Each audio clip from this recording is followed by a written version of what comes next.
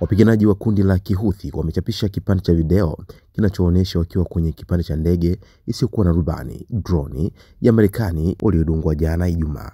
Kipande hicho cha video kilichapishwa jana Ijumaa huku Wahuthi hao wakidai kudungua droni hiyo ya Marekani aina ya MQ-9 Reaper wakati wa mashambulizi ya anga yaliyofanywa Alhamisi dhidi ya ngome ya Kihuthi nchini Yemen. Kundi hilo linalotajwa na Marekani kuwa ni la kigaidi limedai kuidungua MQ-9 kwa kutumia kombora la ardhini kwenda angani. Marekani yanadai kuwa makombora hayo wanayotumia Wahuthi wanapewa na Irani. Wahuthi wamekuwa wakidai mara kwa mara kuidungua droni ya aina ya MQ-9, lakini mara nyingi hawatoi ushahidi wa kutosha kuthibitisha madai yao, ambayo kwa kawaida hukanushwa na Marekani. Hata hivyo, Marekani mpaka sasa haijazungumzia swala hilo. Utawala wa Trump na ule wa awali wa Rais Joe Biden walilenga kundi hilo la wanaoliita la kigaidi linaloungwa mkono na Irani kutokana na mashambulizi ya mara kwa mara ya Wahuthi dhidi ya meli za usafirishaji na dhidi ya Israeli, mshirika wa Marekani katika Mashariki ya Kati.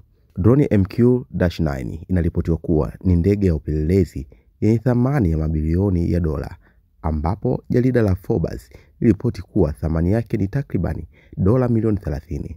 Jeshi la anga la Marekani limesema kuwa droni hiyo inaweza kuruka hadi urefu wa futi 50,000 na ina uwezo wa kusafiri umbali wa maili 1,150.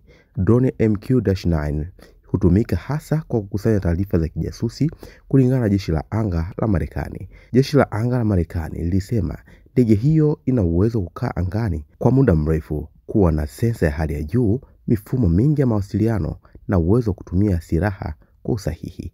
Pia inatoa uwezo wa kipekee wa kufanya mashambulizi, uratibu na ujasusi dhidi ya malengo muhimu ya muda mfupi na inayohitaji hatua ya haraka. Wahuthi wametoa taarifa ya kudungua ndege hiyo zikiwa zimpita siku mbili tangu watoe taarifa ya kituo kikuu cha kijeshi cha Marekani Mashariki ya Kati, CENTCOM, kitekeleze mashambulizi katika maeneo yanayoaminika kukaliwa na nchi ya Yemen. Al Jazeera iliripoti kuwa mashambulizi hayo yalifanyika katika majimbo kadhaa nchini humo usiku kucha, huku Wahuthi wakitoa taarifa chache kuhusu maeneo yaliyolengwa na mashambulizi hayo.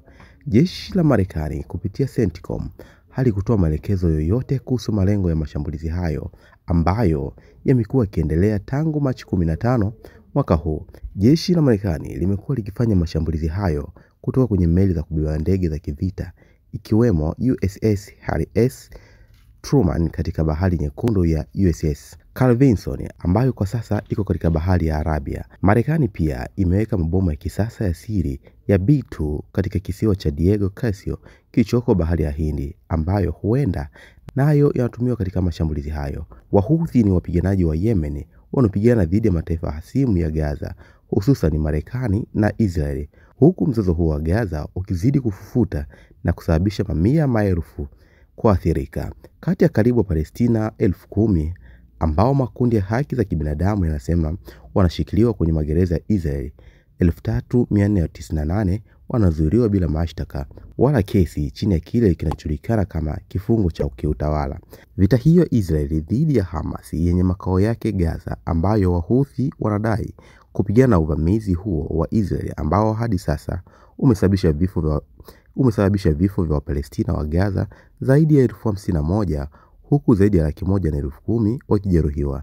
Pia Hamas katika shambulizi lake la kushtukiza la Oktoba 7, 2023, Waisraeli 1,200 waliuawa huku 251 wakichukuliwa kama mateka, ambapo hadi sasa zaidi ya 50 wanaaminika kuwa bado wanazuiwa eneo la Gaza. Hii ni Mwananchi Digital, endelea kutufuatilia kupitia platform zetu mbalimbali ili kufahamu mengi yanayoendelea kwenye mzozo huu wa Gaza.